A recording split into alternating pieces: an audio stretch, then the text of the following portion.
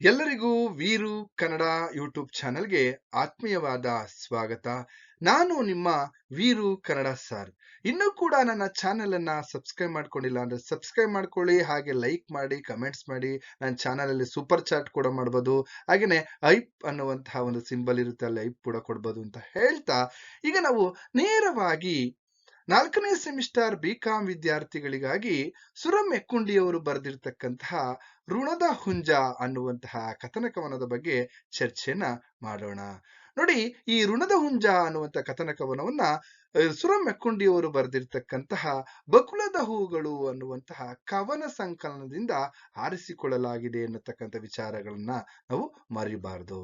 ಹಾಗೇನೆ ಈ ಋಣದ ಹುಂಜ ಅನ್ನುವಂತಹ ಈ ಕಥನ ಕವನದ ಹಿನ್ನೆಲೆಯನ್ನ ನಾವು ಸ್ವಲ್ಪ ಗಮನಿಸ್ತಾ ಆನಂತರ ನಾವು ನೇರವಾಗಿ ವಿಚಾರಕ್ಕೆ ಬರ್ತಾ ಹೋಗೋಣ. ನೋಡಿ, ಗ್ರೀಕ್ ನಗರದ ಒಬ್ಬ ತತ್ವಜ್ಞಾನಿಯ ಆಗಿರ್ತಕ್ಕಂತಹ ಸಾಕ್ರೆಟೀಸನ ಕೊನೆಯ ದಿನಗಳ ಜೀವನದ ವಿಚಾರದ ಬಗ್ಗೆ ನಾವು ಚರ್ಚೆಯನ್ನ ಮಾಡ್ತಾ ಇದೀವಿ. ಸಾಕ್ರೆಟೀಸನ ಕೊನೆಯ ದಿನಗಳ ಅವರ ಬದುಕಿನ ಬಗ್ಗೆ ನಾವಿಲ್ಲಿ ಗಮನಿಸ್ತಾ ಹೋಗ್ಬೋದು ಈ ಒಂದು ಋಣದ ಹುಂಜ ಅನ್ನುವಂತಹ ಕಥನ ಕವನದಲ್ಲಿ. ನೋಡಿ, ಆ ಸಾಕ್ರೆಟೀಸ್ ಒಬ್ಬ ತತ್ವಜ್ಞಾನಿ ಅಂತಕ್ಕಂತಹ ತತ್ವಜ್ಞಾನಿ, ಹಾಗೇನೆ ದಾರ್ಶನಿಕರು, ಹಾಗೆ ವಿಚಾರವಂತರು, ಹಾಗೇನೆ ವೈಚಾರಿಕ ಪ್ರಜ್ಞೆ ಇರ್ತಕ್ಕಂತಹ ಒಬ್ಬ ಮಹಾನ್ ಚೇತನ ಅಂತಕ್ಕಂಥದ್ದನ್ನ ನಾವಿಲ್ಲಿ ಗಮನಿಸ್ತಾ ಹೋಗ್ತಾ, ಹಾಗೇನೆ ಒಂದ್ ಕಡೆಯಲ್ಲಿ ಆ ಅಥೆನ್ಸ್ ನಗರದ ಬಡತನ ಕುಟುಂಬದಲ್ಲಿ ಅಥವಾ ಒಂದು ಬಡ ಕುಟುಂಬದಲ್ಲಿ ಜನಿಸಿರ್ತಕ್ಕಂತಹ ಒಬ್ಬ ಮಹಾನ್ ಚೇತನ ಸಾಕ್ರೆಟೀಸ್ ಅಂತಕ್ಕಂತಹ ತತ್ವಜ್ಞಾನಿ. ಅಲ್ಲಿರ್ತಕ್ಕಂತಹ ಅಥೆನ್ಸ್ ನಗರದಲ್ಲಿ ಇರ್ತಕ್ಕಂಥ ಒಂದು ಅಧಿಕಾರಶಾಹಿ ವರ್ಗ ಅಥವಾ ಗಣತಂತ್ರ ಆಡಳಿತ ಅಧಿಕಾರಿಗಳು ಆ ಸಾಕ್ರೆಟೀಸನ ವೈಚಾರಿಕತೆಯನ್ನು ನೋಡಿ ಸಿಟ್ಟಿಗೆ ಹೇಳ್ತಕ್ಕಂಥದ್ದು, ಕೋಪ ಮಾಡ್ಕೊಳ್ತಾರೆ. ಯಾಕೆಂತ ಅಂದ್ರೆ ಗಣಕತಂತ್ರ ಇಲ್ಲ ಒಂದ್ ಕಡೆ ಆ ಗಣತಂತ್ರ ಆಡಳಿತ ವ್ಯವಸ್ಥೆ ಅಥವಾ ಅಧಿಕಾರಶಾಹಿಗಳ ಪ್ರಕಾರ ಪರಂಪರೆ ದೇವರು, ಹಾಗೇನೆ ದೇವತೆಗಳು ಮತ್ತು ಈ ಧರ್ಮದ ಹೆಸರಿನಲ್ಲಿ ಪ್ರಚಾರದಲ್ಲಿದ್ದಂತಹ ಒಂದು ಕಾಲ. ಆ ಪ್ರಚಾರದಲ್ಲಿದ್ದಕ್ಕಂತಹ ಸಂದರ್ಭದಲ್ಲಿ ಸಾಕ್ರೆಟೀಸ್ ಅದನ್ನ ಗಮನಿಸಿದಂತಹ ಸಂದರ್ಭದಲ್ಲಿ ಈ ಪ್ರಚಾರವನ್ನ ಒಂದ್ ಕಡೆ ಕಾಡು ಹರಟೆ ಅಂತ ಇಲ್ಲ ಒಂದ್ ಕಡೆ ಟೀಕೆ ಮಾಡ್ತಕ್ಕಂಥದ್ದು, ಜರಿತಕ್ಕಂತಹ ಕೆಲಸವನ್ನ ಸಾಕ್ರೆಟೀಸ್ ಮಾಡ್ತಾರೆ. ಆ ಮಾಡಿದಂತ ಸಂದರ್ಭದಲ್ಲಿ ಆ ಸಾಕ್ರೆಟೀಸನ ವೈಚಾರಿಕತೆಯನ್ನ, ಅಲ್ಲಿರ್ತಕ್ಕಂತಹ ಜನರನ್ನ ಎಲ್ಲೋ ಒಂದ್ ಕಡೆ ವೈಚಾರಿಕ ನೆಲೆಗಟ್ಟಿಗೆ ತರುವಂತಹ ಅಥವಾ ನೆಲೆಗಟ್ಟಿನ ಮೇಲೆ ನಿಲ್ಲಿಸುವಂತಹ ಒಂದು ಪ್ರಯತ್ನವನ್ನ ಇಲ್ಲಿ ಪ್ರಯತ್ನಿಸ್ತಕ್ಕಂತಹ ಸಂದರ್ಭದಲ್ಲಿ ಸಾಕ್ರೆಟೀಸನ ಮೇಲೆ ಎಲ್ಲೋ ಒಂದ್ ಕಡೆ ಅಲ್ಲಿರ್ತಕ್ಕಂತಹ ಪ್ರಭುತ್ವ, ಅಲ್ಲಿರ್ತಕ್ಕಂತಹ ಅಧಿಕಾರಶಾಹಿ ವರ್ಗ ಎಲ್ಲೋ ಒಂದ್ ಕಡೆ ಆ ವ್ಯಕ್ತಿಯನ್ನ, ಯಾಕೆಂದ್ರೆ ಇವನು ಈಗ್ಲೇನೆ ಈ ರೀತಿ ಜನರ ಮೇಲೆ ವೈಚಾರಿಕ ಚಿಂತನೆಗಳನ್ನ ಮೂಡಿದ್ರೆ ನಮ್ಮ ಸಂಸ್ಕೃತಿ ಎಲ್ಲೋ ಒಂದ್ ಕಡೆ ಹಾಳಾಗುತ್ತೆ ಅಥವಾ ದೇವರಿಗೆ ಅವಮಾನ ಮಾಡಿದ್ದಾನೆ ಎನ್ನುವಂತಹ ಒಂದು ದೃಷ್ಟಿಯನ್ನ ಇಟ್ಕೊಂಡು ಇವ್ರು ಏನ್ ಮಾಡ್ತಾರೆ, ಸಾಕ್ರೆಟೀಸನನ್ನ ಅಲ್ಲಿರ್ತಕ್ಕಂತಹ ಅಧಿಕಾರಶಾಹಿ ವರ್ಗ ಎಲ್ಲೋ ಒಂದ್ ಕಡೆ ಅಪರಾಧಿ ಸ್ಥಾನಕ್ಕೆ ಅಪರಾಧಿ ಅಂತ ಹೇಳಿ ತೀರ್ಮಾನಿಸಿ ಎಲ್ಲೋ ಒಂದ್ ಕಡೆ ಆ ಸಾಕ್ರೆಟೀಸನ್ಗೆ ಎಮಾಲಾಕ್ ಅನ್ನುವಂತಹ ಸಸ್ಯದ ವಿಷವನ್ನ ಕೊಟ್ಟು ಕೊಲ್ಲುವಂತಹ ಒಂದು ಕೆಲಸವನ್ನ ನಾವು ಗಮನಿಸಬಹುದಾಗಿದೆ. ಯಾಕೆಂತಂದ್ರೆ ಇಲ್ಲಿ ಒಂದು ವಿಚಾರವನ್ನ ಗಮನಿಸ್ತಾ ಹೋಗ್ಬೇಕು. ಸಾಕ್ರೆಟೀಸ್ ಇಡೀ ಆ ಒಂದು ಅಥೆನ್ಸ್ ನಗರದ ಅಥವಾ ಗ್ರೀಕ್ ನಗರದ ಆ ಮೌಢ್ಯತೆ ಮತ್ತೆ ಮೂಢನಂಬಿಕೆಯನ್ನ ಹೋಗಲಾಡಿಸ್ಬೇಕು ಅನ್ನುವಂತಹ ಒಂದು ವೈಚಾರಿಕ ವ್ಯವಸ್ಥೆಯನ್ನ ಅಥವಾ ಚಿಂತನೆಯನ್ನ ಮಾಡಿದ್ರೆ ಅಲ್ಲಿರ್ತಕ್ಕಂತಹ ಅಧಿಕಾರಶಾಹಿ ವರ್ಗ ಅಥವಾ ಪ್ರಭುತ್ವ ವರ್ಗ ಏನ್ ಮಾಡುತ್ತಪ್ಪ ಅಂತಂದ್ರೆ, ಇಲ್ಲಿರ್ತಕ್ಕಂತಹ ಗ್ರೀಕ್ ನಗರದ ಯುವಜನರ ಮೇಲೆ ಎಲ್ಲೋ ಒಂದ್ ಕಡೆ ಈ ಒಂದು ನಮ್ಮಲ್ಲಿರ್ತಕ್ಕಂಥ ನಮ್ಮ ಸಂಸ್ಕೃತಿ ಒಂದು ಅವಿಭಾಜ್ಯ ಅಂಗಗಳು ದೇವರು, ಆ ದೇವರಿಗೆ ಅವಮಾನ ಮಾಡ್ತಾ ಇದ್ದಾನೆ ಅಂತ ಅಲ್ಲಿ ಶಿಕ್ಷೆಯನ್ನ ಕೊಟ್ಟು ಕೊಲ್ಲುವಂತಹ ಒಂದು ಕೆಲಸವನ್ನ ಮಾಡ್ತಾರೆ. ಇದು ಹಿನ್ನೆಲೆಯ ಒಂದು ವಿಚಾರವಾಗಿದೆ. ಇಲ್ಲಿ ಮುಂದುವರೆದಂತೆ ಹೇಗೆ ಎಮಾಲಾಕ್ ಅನ್ನುವಂತಹ ವಿಷವನ್ನ ಕೊಟ್ಟು ಯಾವ ರೀತಿ ಕೊಲ್ತಾರೆ ಅಂತಕ್ಕಂಥದ್ದನ್ನ ನಾವಿಲ್ಲಿ ಮುಂದುವರೆದ ಭಾಗವನ್ನು ನಾವು ಗಮನಿಸ್ತಾ ಹೋಗ್ಬೋದು. ಹಾಗಾಗಿ ಒಟ್ಟಾರೆಯಾಗಿ ಈ ಕವನದಲ್ಲಿ ಸಾಕ್ರೆಟೀಸನ ಕೊನೆಯ ದಿನಗಳ ಚಿತ್ರಣ ಎಲ್ಲೋ ಒಂದ್ ಕಡೆ ಮನಮುಟ್ಟುವಂತೆ ಇಲ್ಲಿ ಸುರಂ ಎಕ್ಕುಂಡಿಯವರು ಚಿತ್ರಿಸಿದ್ದಾರೆ ಅಂತಕ್ಕಂಥದ್ದನ್ನ ನಾವಿಲ್ಲಿ ಗಮನಿಸ್ತಾ ಹೋಗ್ಬೋದು. ನೋಡಿ, ಇಲ್ಲಿ ನಾವು ಗಮನಿಸೋದಾದ್ರೆ ಈಗ ಸಾಕ್ರೆಟೀಸ್ ಜೈಲಿನಲ್ಲಿದ್ದಾರೆ. ಆ ಜೈಲಿನಲ್ಲಿ ಇರ್ತಕ್ಕಂತಹ ಸಂದರ್ಭದಲ್ಲಿ ಹೊತ್ತು ಮುಳುಗಿತು ಆಗ ಕತ್ತಲಾಯಿತು ಬೇಗ. ನೋಡಿ, ಆ ಹೊತ್ತು ಮುಳುಗಿದೆ. ಹೊತ್ತು ಮುಳುಗಿ ಈಗ ಸಂಜೆ ಆಗಿ ಈಗ ಕತ್ತಲಾಗ್ತಾ ಇದೆ. ಸಾಕ್ರೆಟೀಸ್ ಈಗ ಸ್ನಾನವನ್ನ ಮಾಡಿ ಹೊರಗಡೆ ಕಾಯ್ತಾ ಇರ್ತಕ್ಕಂತಹ ತನ್ನ ಶಿಷ್ಯರನ್ನ ಜೊತೆ ಇಲ್ಲಿ ಸೇರ್ಕೊಂಡಿದ್ದಾರೆ. ಶಿಷ್ಯರ ಜೊತೆ ಸೇರ್ಕೊಂಡು ಇರ್ತಕ್ಕಂತಹ ಸಂದರ್ಭದಲ್ಲಿ ಅಲ್ಲಿಗೆ ಜೈಲರ್ ಬರ್ತಾನೆ. ಜೈಲರ್ ಬಂದು ತಲೆಬಾಗಿ ಶಿರಬಾಗಿ ನಮಸ್ಕಾರವನ್ನ ಮಾಡ್ತಾ ಇದ್ದಾನೆ. ಜೈಲರ್ ಯಾರಿಗಪ್ಪ ಅಂತಂದ್ರೆ ಸಾಕ್ರೆಟೀಸನಿಗೆ ನಮಸ್ಕರಿಸುತ್ತಾ. ನೋಡಿ, ಒಂದ್ ಕಡೆ ಮನ ಮಿಡಿಯುವಂತಹ ಒಂದು ವಿಚಾರ. ಇಲ್ಲಿ ಶಿಷ್ಯ ಸಮೂಹ ಎಲ್ಲವೂ ಕೂಡ ಇದೆ, ಎಲ್ಲರೂ ಇದ್ದಾರೆ. ಉದಾಹರಣೆಗೆ ಪ್ಲೇಟೋ ಆಗಿರ್ಬೋದು, ಹಾಗೇನೆ ಇಲ್ಲಿ ಎಲ್ಲೋ ಇನ್ನೊಂದ್ ಕಡೆ ನಾವು ಗಮನಿಸೋದಾದ್ರೆ ಅನೇಕ ಅಲ್ಲಿರ್ತಕ್ಕಂತಹ ಕ್ರೀಟೋ ಆಗಿರ್ಬೋದು, ಹಾಗೇನೆ ಅಪಲೋಡ್ ಅರಸ ಆಗಿರ್ಬೋದು, ಈ ಎಲ್ಲಾ ಶಿಷ್ಯ ಸಮೂಹಗಳ ಜೊತೆ ಕುಂತ್ಕೊಂಡಿರ್ತಕ್ಕಂತಹ ಸಂದರ್ಭದಲ್ಲಿ ಜೈಲಿನ ಹೊರಗಡೆ ಬಂದು ಅಲ್ಲಿ ಆ ಜೈಲರ್ ಬಂದು ಶಿರಬಾಗಿ ನಮಸ್ಕಾರವನ್ನ ಮಾಡ್ತಾನೆ.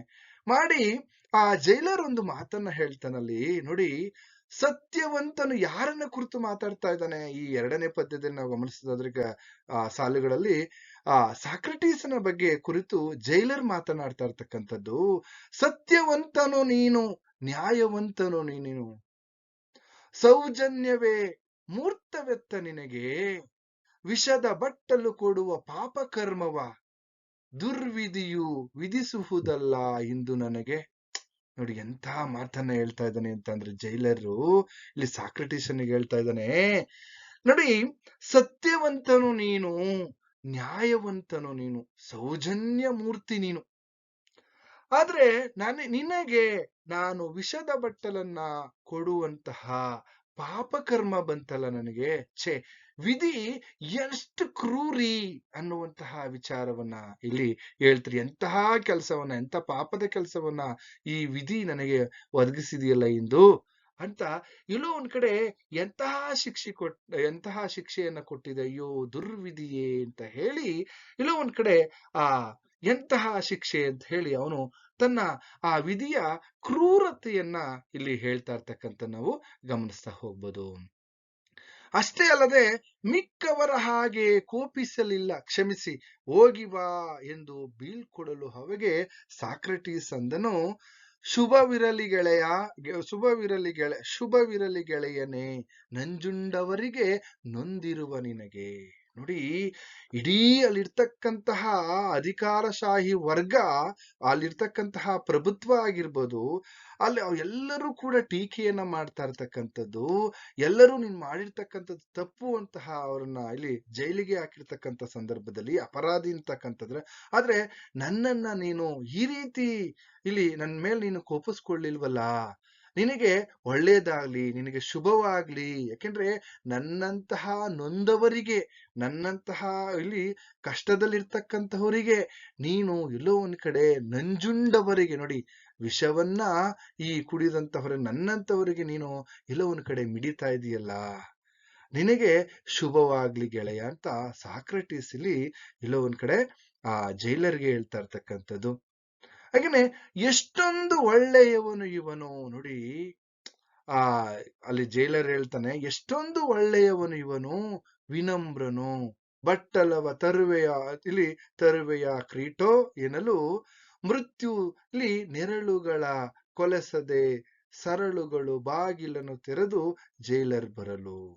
ಈಗ ಅಲ್ಲಿ ವಿಷದ ಬಟ್ಟಲನ್ನ ತರ್ತಾ ಇರ್ತಕ್ಕಂಥದ್ದನ್ನ ನಾವು ಗಮನಿಸ್ತಾ ಹೋಗ್ಬೋದು. ನೋಡಿ, ಇನ್ನೊಂದ್ ಕಡೆ ಇಲ್ಲಿ ಬೇರೆಯವರ ಹಾಗೆ ಕೋಪಿಸಿಕೊಳ್ಳಿಲ್ಲ, ಹಾಗೇನೆ ಅಲ್ಲಿರ್ತಕ್ಕಂಥ ಜೈಲರ್ಗೆ ಶುಭವಾಗಲಿ ಅಂತ ಹೇಳಿ ಈಗ ಬಟ್ಟಲನ್ನ ತರುವೆಯಾ ಅಂತಕ್ಕಂಥದ್ದು, ವಿಷದ ಬಟ್ಟಲನ್ನ ತೆಗೆದುಕೊಂಡು ಬಾ ಕ್ರೀಟೋ ಅಂತ ಹೇಳಿದಾಗ ಅಲ್ಲಿ ಸಾವಿನ ಇಲ್ಲ ಒಂದ್ ಕಡೆ ನೆರಳುಗಳ ಹಾಗೆ ಅಲ್ಲಿರ್ತಕ್ಕಂಥ ಜೈಲಿನ ಸರಳುಗಳು ಕೂಡ ಒಂದ್ ಕಡೆ ನಡುಗ್ತಾ ಇದ್ದಾವೆ ಅವನು ಹೇಳಿರ್ತಕ್ಕಂತಹ ಮಾತಿಗೆ.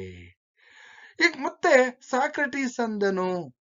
ಇಲ್ಲಿ ಸಾಕ್ರೆಟೀಸ್ ಏನ್ ಮಾಡ್ತಾ ಇದಾರಪ್ಪ ಅಂತಂದ್ರೆ ಜೈಲರ್ಗೆ ಪ್ರಶ್ನೆಯನ್ನ ಮಾಡ್ತಾ ಇದಾರೆ. ಕ್ರೀಟೋ ವಿಷದ ಬಟ್ಟಲನ್ನ ತಂದ್ಮೇಲೆ ಒಂದ್ ಕಡೆ ಸಾಕ್ರೆಟೀಸ್ ಅಂದನು, ಗೆಳೆಯನೇ ಕುಡಿಯಲೇ ಏನಾದರೂ ಉಂಟೆ ವಿಧಿವಿಧಾನ, ಕುಡಿದಾದ ಮೇಲೆ ತುಸು ನಡೆದಾಡಬೇಕು, ಕಾಲುಗಳು ಕಲ್ಲಾಗುವ ತನಕ. ನೋಡಿ, ಸಾಕ್ರೆಟೀಸ್ ಜೈಲರ್ನ ಪ್ರಶ್ನೆ ಮಾಡ್ತಾ ಇದ್ದಾರೆ. ಏನಂತ? ಗೆಳೆಯನೇ, ಕುಡಿಯಲೇ, ವಿಷವನ್ನ ಕುಡಿಲಾ? ಇದಕ್ಕೇನಾದ್ರೂ ನಿಯಮಗಳಿದೆಯಾ? ಇದಕ್ಕೇನಾದ್ರೂ ವಿಧಿವಿಧಾನಗಳಿದೆಯಾ? ನೇರವಾಗಿ ನಾವು ಕುಡಿಬೋದಾ ಅಂತ ಕೇಳಿದಾಗ, ಆಗ ಜೈಲರ್ ಒಂದು ಮಾತನ್ನ ಹೇಳ್ತಾನೆ. ಹೌದು, ವಿಧಿವಿಧಾನ ಇದೆ. ಏನಂದ್ರೆ, ಇಲ್ಲಿ ಕುಡಿದಾದ ಮೇಲೆ ವಿಷವನ್ನ ಕುಡಿದಾದ ಮೇಲೆ ತುಸು ಅಂದ್ರೆ ಸ್ವಲ್ಪ ಸಮಯ ನಡೆದಾಡ್ಬೇಕು, ಕಾಲುಗಳು ಕಲ್ಲಾಗುವ ತನಕ. ನೋಡಿ, ಕಾಲುಗಳು ಗಟ್ಟಿಯಾಗೋ ತನಕ ನೀನ್ ನಡೆದಾಡ್ಬೇಕು. ಆಮೇಲೆ ನಿಧಾನ, ತರುವಾಯ ಒಲಿ ಹೊರ್ಕೋಬೇಕು. ಕೂಡಲೇ ಸಾಕ್ರೆಟೀಸ್ ಏನ್ ಮಾಡ್ತಾನಪ್ಪ ಅಂತಂದ್ರೆ, ಮೃತ್ಯುವಿನ ಪಾಯಸವನ್ನೆತ್ತಿಕೊಂಡು ನೀರಡಸಿದವರು ತಿಳಿ ನೀರ ಕುಡಿದಂತೆ ಒಕ್ಕುಡಿತದಲ್ಲಿ ಕುಡಿದನ್ನ ಕಂಡು. ನೋಡಿ, ಆ ವಿಷವನ್ನ ಸಾಕ್ರೆಟೀಸ್ ಯಾವ ರೀತಿ ಕುಡಿತಾನಪ್ಪ ಅಂತಂದ್ರೆ, ನಾವಿಲ್ಲಿ ಗಮನಿಸ್ತಾ ಹೋಗ್ಬೋದು. ಬಾಯಾರಿಕೆಯಿಂದ ಬಂದಂತಹ, ಹೊರಗೆ ಎಲ್ಲೋ ಒಂದ್ ಕಡೆ ಆಯಾಸವಾಗಿ ಬಾಯಾರಿಕೆಯಿಂದ ಬಂದಂತಹ ವ್ಯಕ್ತಿ ಹೇಗೆ ಕುಡಿಯುವ ನೀರನ್ನ ಘಟಘಟನೆ ಕುಡಿತಾನ ಒಕ್ಕುಡಿತದಲ್ಲಿ, ಹಾಗೆ ವಿಷದ ವಿಷವನ್ನ ಇಲ್ಲಿ ಯಮಾಲಾಕ್ ಅನ್ನುವಂತಹ ಸಸ್ಯದ ವಿಷವನ್ನ ಇಲ್ಲ ಒಂದ್ ಕಡೆ ಒಂದೇ ಕುಡಿತದಲ್ಲಿ ಇಲ್ಲಿ ಸಾಕ್ರೆಟೀಸ್ ಕುಡಿತಕ್ಕಂಥದ್ದು ನಾವಿಲ್ಲಿ ಗಮನಿಸ್ತಾ ಹೋಗ್ಬೋದು. ಆ ವಿಷವನ್ನ ಕುಡಿದ ಸಂದರ್ಭದಲ್ಲಿ ನೆರಳುಗಳು ನಡಗಿದವು, ಸರಳುಗಳು ಅಳುಕಿದವು. ನೋಡಿ, ಆ ಜೈಲಲ್ಲಿ ಇರ್ತಕ್ಕಂಥ ಸರಳುಗಳು ಅಳುಕ್ತಾ ಇದೆಯವಂತೆ. ಮೌನವೇ ಬಿರಿದಿತ್ತು ದುಃಖದಿಂದ. ನೋಡಿ, ಅಲ್ಲಿರ್ತಕ್ಕಂತಹ ಇಡೀ ಶಿಷ್ಯ ಸಮೂಹ ಮೌನದ ಕಡಲಿನಲ್ಲಿ ಇಲ್ಲಿ ಎಲ್ಲ ಒಂದ್ ಕಡೆ ಮೌನವಾಗಿದೆ. ಹಾಗೇನೆ ಅಲ್ಲಿರ್ತಕ್ಕಂತಹ ನೋಡಿ, ದುಃಖದಿಂದ ಕಣ್ಣುಗಳು, ಕೆನ್ನೆಗಳು, ಎದೆಗಳು ತಲ್ಲಣದ ತೊರೆಯಲ್ಲಿ ಮುಳುಗಿತ್ತು ಶಿಷ್ಯರಿಂದ. ಅಲ್ಲಿರ್ತಕ್ಕಂಥ ಶಿಷ್ಯರೆಲ್ಲರೂ ಕೂಡ ಆ ಜೈಲಲ್ಲಿ ಇರ್ತಕ್ಕಂತಹ ಕಂಬಿಗಳೇ ಅಳುತ್ತಾ ಇದ್ವಂತೆ, ಭಯ ಪಡ್ತಾ ಇದ್ವಂತೆ. ಇಡೀ ವಾತಾವರಣ ಮೌನದಿಂದ ಕೂಡಿದೆ. ಹಾಗೆ ಇಲ್ಲಿ ನಾವು ಗಮನಿಸೋದಾದ್ರೆ, ಅಲ್ಲಿ ಕೆನ್ನೆಗಳು ಎಲ್ಲ ಅಲ್ಲಿರ್ತಕ್ಕಂಥ ಶಿಷ್ಯ ಸಮೂಹವೆಲ್ಲವೂ ಕೂಡ ದುಃಖದ ಕಡಲಿನಲ್ಲಿ ಎಲ್ಲ ಒಂದ್ ಕಡೆ ಮಿಂದು ಹೋಗಿದೆ ಅಂತಕ್ಕಂಥದ್ದು, ದುಃಖದ ಹೊಳೆ ಮಡುಗಟ್ಟಿರ್ತಕ್ಕಂಥದ್ದು ನಾವು ಗಮನಿಸ್ತಾ ಹೋಗ್ಬೋದು. ಓ ಎಂದು ಇಲ್ಲಿ ತೋಳೆತ್ತಿ ಪರಿವಾರ ಹತ್ತರು, ಮಿಡುಕುವ ಮಿಡತೆಯಂತತ್ತ ಪ್ಲೇಟೋ, ಅಳಲಿನಲ್ಲಿ ಹದ್ದಿ ಹೋದ ಅಪಲೋಡ ರಸ, ಮರುಕಗಳ ಮಡುವಾಗಿ ನಿಂತ ಕ್ರೀಟೋ. ನೋಡಿ, ಇಲ್ಲಿ ಪ್ಲೇಟೋ ಆಗಿರ್ಬೋದು, ಕ್ರೀಟೋ ಆಗಿರ್ಬೋದು, ಹಾಗೇನೆ ಅಪಲೋಡ ರಸ, ಇವರೆಲ್ಲರೂ ಕೂಡ ಸಾಕ್ರೆಟೀಸನ ಶಿಷ್ಯರಿಂದ. ಈ ಮೂರೂ ಜನರು ಕೂಡ ಶಿಷ್ಯರು. ಒಂದ್ ಕಡೆ ಇಲ್ಲಿ ಪ್ಲೇಟೋ ಯಾವ ರೀತಿ ಹೇಳ್ತಾ ಇದ್ದಾನಪ್ಪ ಅಂತಂದ್ರೆ, ಮಿಡುಕುಳ್ಳ ಮಿಡತೆಯಂತೆ ದುಃಖಿಸ್ತಾ ಇರ್ತಕ್ಕಂಥದ್ದು. ಹಾಗೇನೆ ಅಪಲೋಡ ರಸ ಏನಪ್ಪಾ ಅಂದ್ರೆ, ಒಂದ್ ಕಡೆ ದುಃಖದ ಹೊಳೆಯಲ್ಲಿ ಮಿಂದೋಗ್ಬಿಟ್ಟಿದ್ದಾನೆ. ಇಲ್ಲಿ ಕ್ರೀಟೋನು ಕೂಡ ಮರುಕಗಳ ಮಡುವಿನಲ್ಲಿ ನಿಂತಿದ್ದಾನೆ, ದುಃಖಿಸ್ತಾ ಇದ್ದಾರೆ. ಹಾಗೆ ಆ ಸಂದರ್ಭದಲ್ಲಿ ಇಲ್ಲಿ ಸಾಕ್ರೆಟೀಸ್ ಹೇಳ್ತಾರೆ, ಈಗೇಕೆ ಅಳುವಿರಿ ಅಳಲ ಇಲ್ಲಿ ಸೈರಿಸೆರೆಂ ಎಂದು ಸಂತೈಸಿ ಸಾಕ್ರೆಟೀಸ್ ಹೊರಗುತ್ತಿರಲು ಕಲ್ಲಾಗಿಸುತ್ತ ನಂಜು ಕಾಲು ಮೈ ಕೈಗಳನ್ನು ಮೆಲ್ಲನೆ ಹೃದಯಕ್ಕೆ ಹರಿದು ಬರಲು. ನೋಡಿ, ವಿಷ ಇಡೀ ಸಾಕ್ರೆಟೀಸನ ದೇಹವನ್ನ ಆವರಿಸ್ಕೊಳ್ಳೋದಕ್ಕೆ ಪ್ರಾರಂಭ ಆಯ್ತು. ಅಂತಹ ಸಂದರ್ಭದಲ್ಲೂ ಕೂಡ ಸಾಕ್ರೆಟೀಸ್ ಅಲ್ಲಿ ತನ್ನ ಇಲ್ಲಿ ಆ ಶಿಷ್ಯವೃಂದವನ್ನ ಎಲ್ಲೋ ಒಂದ್ ಕಡೆ ಯಾಕೆ ಹೇಳ್ತಾ ಇದೀರಾ ಅಂತ ಅವ್ರನ್ನ ಸಂತೈಸ್ತಕ್ಕಂಥದ್ದು, ಸಮಾಧಾನ ಮಾಡುವಂತಹ ಕೆಲಸವನ್ನ ಇಲ್ಲಿ ಮಾಡ್ತಾ ಇದ್ದಾರೆ. ನಿಧಾನಕ್ಕೆ ಸಾಕ್ರೆಟೀಸ್ ಇಲ್ಲಿ ಹೊರಕೊಳ್ತಾನೆ. ಆ ವಿಷ ಅಂದ್ರೆ ನಂಜು ಅಂದ್ರೆ ವಿಷ ಮೈ ಕೈಗೆ ಇಡೀ ದೇಹವನ್ನ ಆವರಿಸಿ ಹೃದಯಕ್ಕೆ ಬರ್ತಾ ಇದೆ. ಆಗ ಮುಖ ಮುಚ್ಚಿಕೊಂಡು, ನೋಡಿ ಸಾಕ್ರೆಟೀಸ್ ಹೇಗೆಂದ್ರೆ ಮುಖ ಮುಚ್ಚಿಕೊಂಡು ಬಟ್ಟೆಯನ್ನು ತೆರೆದು ಏನೋ ತಟ್ಟನೆ ನೆನಪಾಗಿ ಕ್ರೀಟೋಗೆಂದ ನೆರೆಮನೆಯ ಇಲ್ಲಿ ಇಲ್ಲ ಒಂದ್ ಕಡೆ ನೆರೆಮನೆಯ ಆಸ್ಕ್ಲೀಪಿಯಸ್ ನಿನಗೆ ಗೊತ್ತಲ್ಲ, ನಾನವಗೆ ಕೊಡಬೇಕು ಒಂದು ಹುಂಜ. ನೋಡಿ, ಇನ್ನೇನು ಕಾಲು ಕೈಯಲ್ಲಿ ಇನ್ನೇನು ಸಾವನ್ನಪ್ಪಬೇಕು ಆ ಸಂದರ್ಭದಲ್ಲಿ ಮುಖದ ಮೇಲೆ ಮುಚ್ಚಿಕೊಂಡಿರ್ತಕ್ಕಂತಹ ಬಟ್ಟೆಯನ್ನ ತೆರೆದು ಸಾಕ್ರೆಟಿಸ್ಗೆ ಏನೋ ಒಂದು ನೆನಪಾಗುತ್ತೆ. ಆ ನೆನಪಾದಂತ ಸಂದರ್ಭದಲ್ಲಿ ಥಟ್ಟನೆ ನೆನಪಿಸಿಕೊಂಡು ಕ್ರೀಟೋ ಅಂತ ಕರೆದು, ಕ್ರೀಟೋ, ನಿನಗೆ ನೆರೆಮನೆಯ ಇಲ್ಲಿ ಆಸ್ಕ್ಲೇಪಿಯಸ್ ಗೊತ್ತಲ್ಲ, ಆ ಆಸ್ಕ್ಲೇಪಿಯಸ್ಗೆ ನೀನು ನಾನು ಒಂದು ಹುಂಜವನ್ನ ಕೊಡ್ಬೇಕು. ನಾನು ಒಂದು ಹುಂಜವನ್ನ ಅವನ ಹತ್ರ ಸಾಲವಾಗಿ ಪಡ್ಕೊಂಡಿದ್ದೆ, ಆ ಹುಂಜವನ್ನ ಕೊಡ್ಬೇಕು. ಆ ಹುಂಜವನ್ನ ಕೊಟ್ಟು ನನ್ನ ಸಾಲವನ್ನ, ನನ್ನ ಋಣವನ್ನ, ಆ ಹುಂಜದ ಋಣವನ್ನ ತೀರಿಸ್ಬಿಡು ಅಂತ ಇಲ್ಲಿ ಕ್ರೀಟೋಗೆ ಸಾಕ್ರೆಟಿಸ್ ಹೇಳ್ತಕ್ಕಂತಹ ಸನ್ನಿವೇಶವನ್ನು ನಾವಿಲ್ಲಿ ಗಮನಿಸ್ತಾ ಹೋಗ್ಬೋದು. ನೋಡಿ, ಈಗ ಸಾವಿನ ಕೊನೆಯಲ್ಲಿಯೂ ಕೂಡ ಈಗ ಎಷ್ಟೋ ಜನ ಇವತ್ತಿನ ಕಾಲದಲ್ಲಿ ಸಾಲವನ್ನ ಈಸ್ಕೊಂಡ್ರೆ ಕೊಡೋರೇ ಇಲ್ಲ. ಆದ್ರೆ ಸಾವು ಇಲ್ಲಿ ಸಂಭವಿಸ್ತಾ ಇದೆ. ಅಂತಹ ಸಂದರ್ಭದಲ್ಲಿ ಕೂಡ ಯಾರ ಋಣವೂ ಕೂಡ ನನಗೆ ಬೇಡ ಅನ್ನುವಂತಹ ಇದ್ರಲ್ಲಿ ಆ ಒಂದು ಹುಂಜವನ್ನ ಋಣವಾಗಿ ಪಡ್ಕೊಂಡಿರ್ತಕ್ಕಂಥದ್ದು, ಅದನ್ನ ತೀರಿಸುವಂತ ತನ್ನ ಶಿಷ್ಯನಾಗಿರ್ತಕ್ಕಂತಹ ಕ್ರೀಟೋಗೆ ಹೇಳ್ತಕ್ಕಂಥದ್ದು. ಆಗ ತನ್ನ ಗುರು ಹೇಳಿದ ನಂತರ ಇವನು ಇಲ್ಲಿ ಕೊಟ್ಟು ಬಿಡು ಎನ್ನುವಾಗಲೇ ಉಸಿರು ಕಟ್ಟಿತು, ಹಿಂದೆ ತೀರಿಸುವೆ ಆ ಋಣವನು. ಕ್ರೀಟೋ ಉತ್ತರಿಸಿದ, ಆ ದಿನವೇ ಮುಟ್ಟಿಸಿ ತಂದ, ಸಂತೆಯಲ್ಲಿ ಹುಂಜವ ಕೊಂಡು ತಂದು. ನೋಡಿ, ಆಯ್ತು, ಇವತ್ತೇನ್ ಮಾಡ್ತಾ ಇದ್ದಾನೆ, ಇನ್ನೇನ್ ಆಯ್ತು ಕೊಟ್ಬಿಡು ಅಂತ ಹೇಳಿದಾಗ ಆಯ್ತು ನಾನು ಕೊಡ್ತೀನಿ ಅಂತ ತಕ್ಷಣನೇ ಇಲ್ಲಿ ಸಾಕ್ರೆಟಿಸನಿಗೆ ಉಸಿರು ಕಟ್ತಾ ಇದೆ. ಹಿಂದೆ ತೀರಿಸುವೆ ಆ ಋಣವನೆಂದು, ಇವತ್ತೇ ನಾನು ಆ ಋಣವನ್ನ ತೀರಿಸ್ತೀನಿ ಅಂತ ಕ್ರೀಟೋ ಉತ್ತರಿಸ್ತಾ ಇದ್ದಾನೆ. ಆ ದಿನವೇ ಮುಟ್ಟಿಸಿ, ನೋಡಿ, ಆ ದಿನವೇ ಮುಟ್ಟಿಸಿದ. ನೋಡಿ, ಅವತ್ತನೇ ಸಾಕ್ರೆಟಿಸ್ ಸತ್ತಂತಹ ಸಂದರ್ಭ. ಆ ದಿನವೇ ಕ್ರೀಟೋ ಏನ್ ಮಾಡ್ತಾನಪ್ಪ ಅಂತಂದ್ರೆ, ಆ ಪಕ್ಕದ ಮನೆಯ ಇಲ್ಲಿ ಆಸ್ಕ್ಲೇಪಿಯಸ್ ಅಂತಕ್ಕಂತಹ ಈ ಆಸ್ಕ್ಲೇಪಿಯಸ್ಗೆ ಏನ್ ಮಾಡ್ತಾ ಇದ್ದಾನಪ್ಪ ಅಂತಂದ್ರೆ, ಅವನು ಆ ಋಣದ ಹುಂಜವನ್ನ ತಂದು ಒಪ್ಪಿಸುವಂತಹ ಕೆಲಸವನ್ನ ಇಲ್ಲಿ ಕ್ರೀಟೋ ಮಾಡ್ತಾನೆ ಅಂತಕ್ಕಂಥದ್ದು. ಇದೆಲ್ಲ ಆದಂತಹ ಸಂದರ್ಭ ಅಂದ್ರೆ ಅವತ್ತೇ ಸಂತೆಗೆ ಹೋಗಿ ಆ ಹುಂಜವನ್ನ ತಂದು ಕೊಡ್ತಕ್ಕಂಥದ್ದು. ಮರುದಿನ ಸೂತಕದ ಮೌನದಲ್ಲಿ ಎಚ್ಚೆತ್ತ ಅಥೆನ್ಸ್ ದಲ್ಲಿ ಸೂರ್ಯನೇ ಮೂಡಲಿಲ್ಲ. ಸಾಕ್ರೆಟಿಸ್ ತೀರಿಸಿದ ಋಣದ ಆ ಹುಂಜವು ಏನೇನೋ ಮಾಡಿದರೂ ಕೂಗಲಿಲ್ಲ.